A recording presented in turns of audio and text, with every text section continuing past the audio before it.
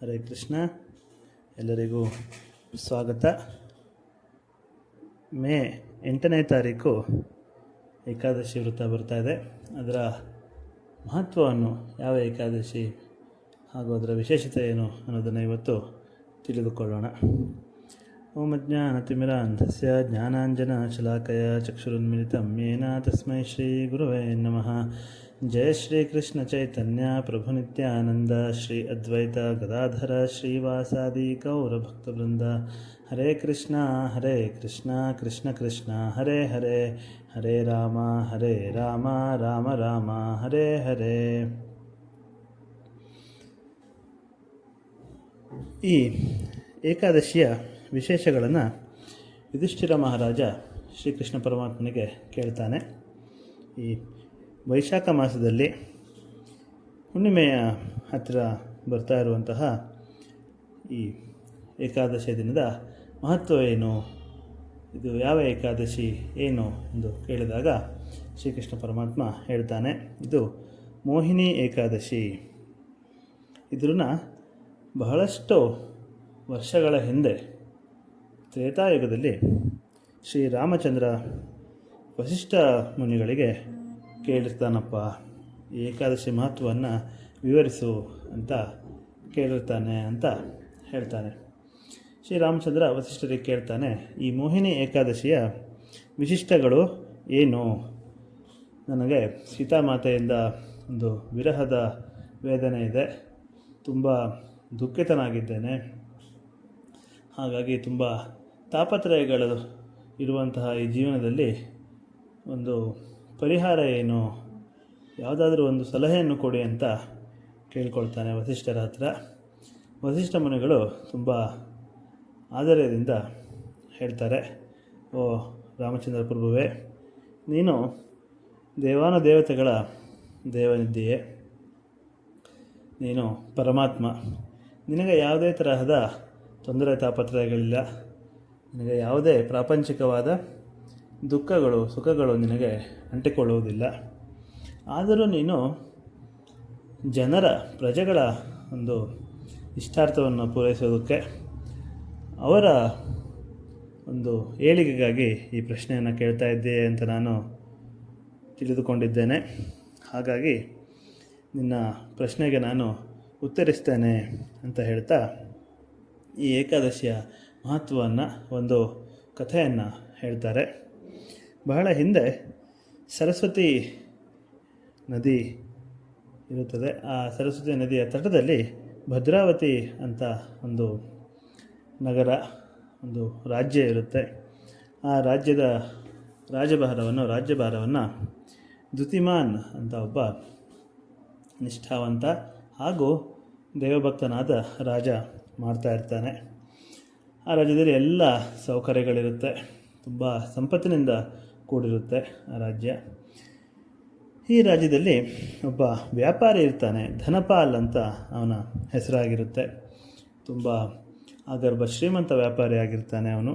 ಹಾಗೂ ಅವನು ಒಂದು ಭಕ್ತಿಯಿಂದ ಕೂಡ ಇರ್ತಾನೆ, ಹಾಗೂ ಜನಸೇವೆಯನ್ನು ಕೂಡ ಅವನು ಮಾಡಿಕೊಂಡು ಬಂದಿರ್ತಾನೆ.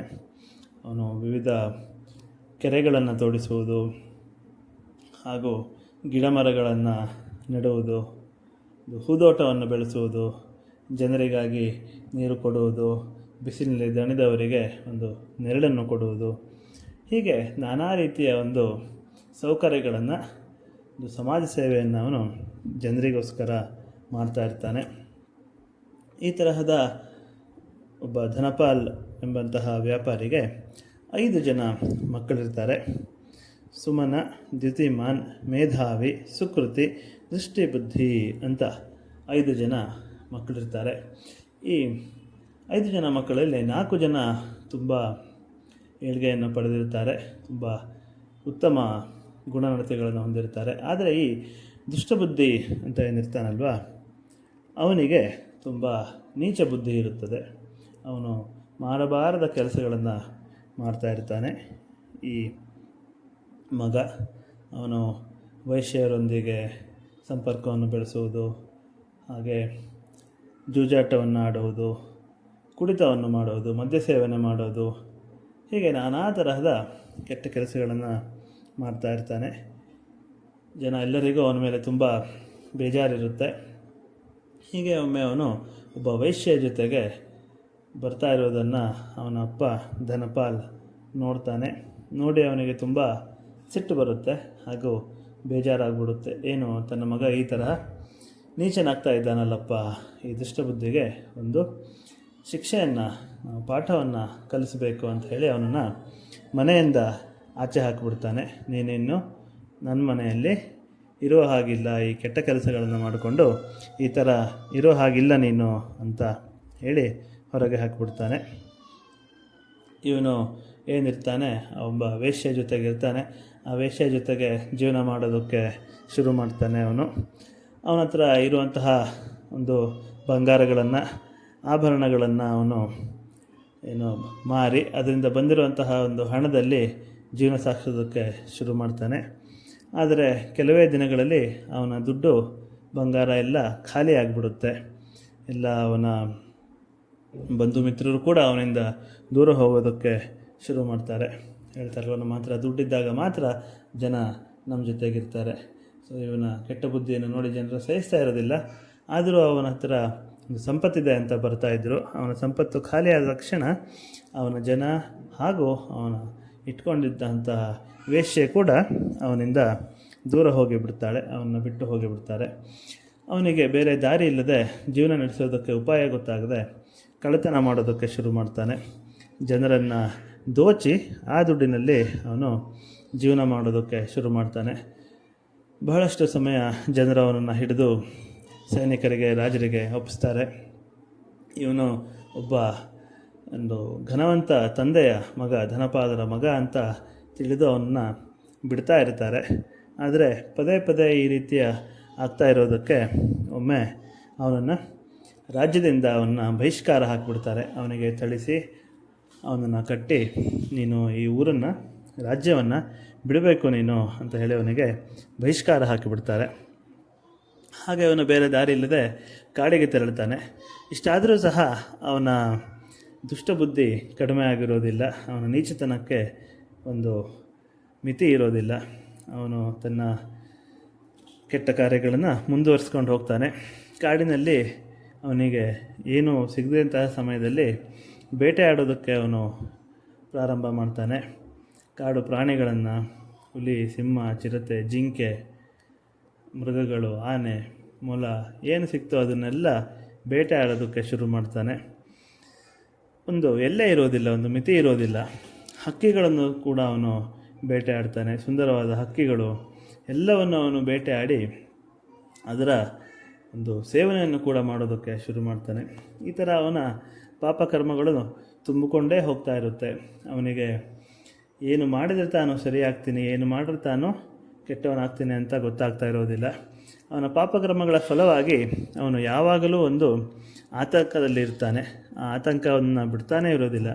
ತುಂಬ ಒಂದು ಮನಸ್ಸಿನಲ್ಲಿ ಅವನಿಗೆ ಒಂದು ತೊಂದರೆ ಆಗ್ತಾ ಇರುತ್ತೆ, ಖುಷಿ ಇರೋದಿಲ್ಲ. ಬೇರೆಯವರಿಗೆ ತೊಂದರೆ ಕೊಡ್ತಾ ಇರುವಂತಹ ಒಂದು ಕೀಳು ಅವನನ್ನು ಕಾಡೋದಕ್ಕೆ ಶುರು ಮಾಡುತ್ತೆ. ಆದರೆ ಅದರಿಂದ ಹೊರಗೆ ಬರೋದು ಹೇಗೆ ಅಂತ ಅವನಿಗೆ ಗೊತ್ತಾಗ್ತಾ ಇರೋದಿಲ್ಲ. ಹೀಗೆ ಅವನು ಒಮ್ಮೆ ಆ ಕಾಡಿನಲ್ಲಿ ನಡೀತಾ ಇರಬೇಕಾದ್ರೆ ಒಬ್ಬ ಋಷಿವರ್ಯರನ್ನು ಅವನು ಭೇಟಿ ಆಗ್ತಾನೆ. ಕೌಂಡಿನ್ಯ ಮುನಿ ಅಂತ ಅವ್ರ ಹೆಸರಾಗಿರುತ್ತೆ.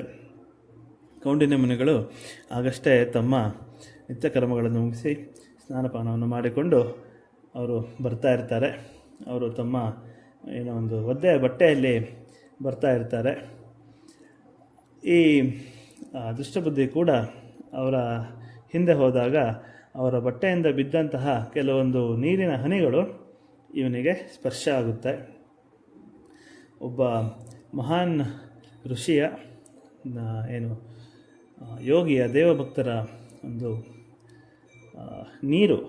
ಕೆಲವು ನೀರು ಹನಿಗಳು ಇವನಿಗೆ ತಾಗಿದ್ದೇ ಇವನಿಗೆ ತನ್ನ ತಪ್ಪಿನ ಅರಿವಾಗುತ್ತೆ. ಇವನ ಎಲ್ಲ ಪಾಪಗಳು ಇವನಿಗೆ ಅರಿವಿಗೆ ಬರುತ್ತೆ.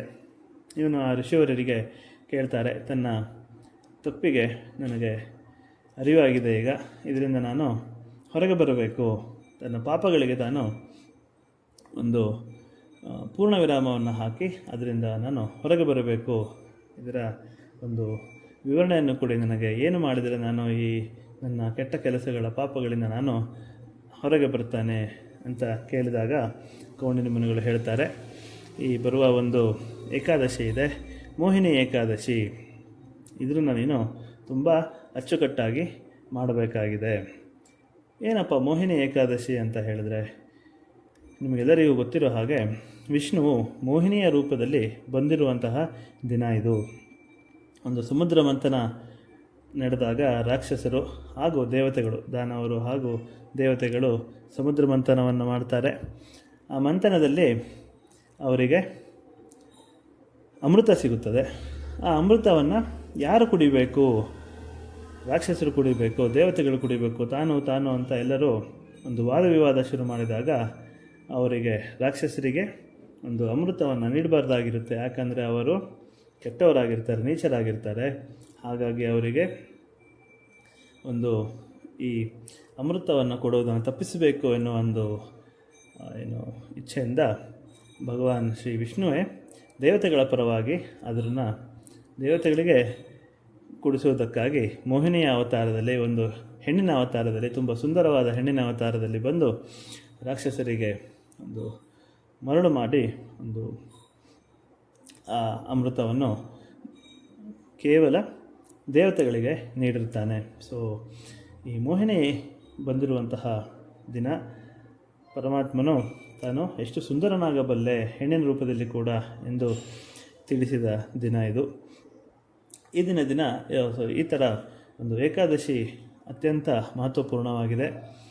ಯಾವ ಒಂದು ವ್ರತವೂ ಈ ಏಕಾದಶಿಯನ್ನು ಮೀರಿಸಲಾಗುವುದಿಲ್ಲ. ಹಾಗಾಗಿ ಇಂದಿನ ದಿನ ಯಾರು ಏಕಾದಶಿಯ ವ್ರತವನ್ನು ಪಾಲನೆ ಮಾಡ್ತಾರೋ, ಅದನ್ನು ಕೇಳಿಸಿಕೊಳ್ತಾರೋ ಅವರಿಗೆ ತುಂಬ ಲಾಭ ಆಗುತ್ತೆ. ಎಲ್ಲ ಪಾಪಗಳ ವಿನಾಶವಾಗುತ್ತದೆ, ಪಾಪ ಕೂಡ ಖಾಲಿಯಾಗುತ್ತದೆ. ಸೊ ಹೀಗಾಗಿ ನೀನು ಈ ಏಕಾದಶಿಯನ್ನು ಅಚ್ಚುಕಟ್ಟಾಗಿ ಒಂದು ಉಪವಾಸ ವ್ರತವನ್ನು ಮಾಡುವುದರ ಮೂಲಕ ಮಾಡು ಅಂತ ಅವರು ಕೌಂಡಿನ್ಯ ಮುನಿಗಳು ಆತನಿಗೆ ಹೇಳ್ತಾರೆ, ದುಷ್ಟಬುದ್ಧಿಗೆ ಹೇಳ್ತಾರೆ. ಅವನು ಕೂಡ ತುಂಬ ಅಚ್ಚುಕಟ್ಟಾಗಿ ಈ ಏಕಾದಶಿಯ ವ್ರತವನ್ನು ಪಾಲನೆ ಮಾಡ್ತಾನೆ. ಇದನ್ನು ಮಾಡೋದರಿಂದ ಅವನ ಎಲ್ಲ ಪಾಪಗಳು ಪರಿಹಾರವಾಗಿ ಅವನು ಕೊನೆಯಲ್ಲಿ ವೈಕುಂಠ ಲೋಕಗಳಿಗೆ ಅವನು ಪ್ರಯಾಣವನ್ನು ಬೆಳೆಸ್ತಾನೆ. ಈ ತರಹದಲ್ಲಿ ವಸಿಷ್ಠ ಮುನಿಗಳು ಹೇಳ್ತಾರೆ, ಈ ಏಕಾದಶಿಯನ್ನು ಮಾಡುವುದರಿಂದ ಸಾವಿರಾರು ಗೋಗಳನ್ನು ದಾನ ಮಾಡಿದಷ್ಟು ಒಂದು ಫಲ ಸಿಗುತ್ತದೆ. ಇದನ್ನು ಕೇಳುವುದರ ಮೂಲಕ ಮಾತ್ರವೇ ಎಲ್ಲ ಪಾಪಗಳ ಪರಿಹಾರ ಆಗುತ್ತದೆ. ಸೊ ಹಾಗಾಗಿ ಈ ಏಕಾದಶಿ ಅತ್ಯಂತ ಮಹತ್ವಪೂರ್ಣವಾಗಿದೆ. ಇದನ್ನು ನಾವೆಲ್ಲರೂ ಪಾಲನೆ ಮಾಡಬೇಕು ಎಂದು ಶ್ರೀಕೃಷ್ಣ ಯುಧಿಷ್ಠಿರನಿಗೆ ಹೇಳ್ತಾನೆ.